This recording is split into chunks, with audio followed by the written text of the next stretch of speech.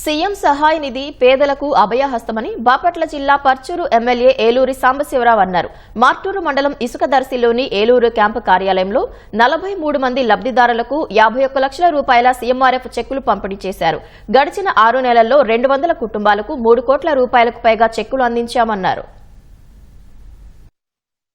చంద్రబాబు నాయుడు గారి ప్రభుత్వం ఏర్పడాక గత 6 నెలలుగా ఏదో ఒక కారణంతో అనారోగ్య బారిన పడి హాస్పిటల్కి వైద్య ఖర్చుల నిమిత్తం వేలాది రూపాయలు లక్షలాది రూపాయలు ఖర్చు పెట్టి అప్పుల బాధలో ఉన్న కుటుంబాలను ఆదుకోవడం కోసం ముఖ్యమంత్రి గారు ఎంతో ఉదారంగా చంద్రబాబు నాయుడు గారు ముఖ్యమంత్రి సహాయ నిధి అందించడం జరుగుతూ ఉంది.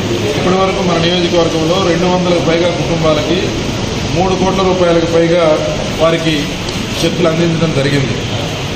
ఈరోజు దాదాపు 43 మందికి 51,57,450 రూపాయలు ఈ చెక్కుల రూపంలో అందించడం జరిగింది.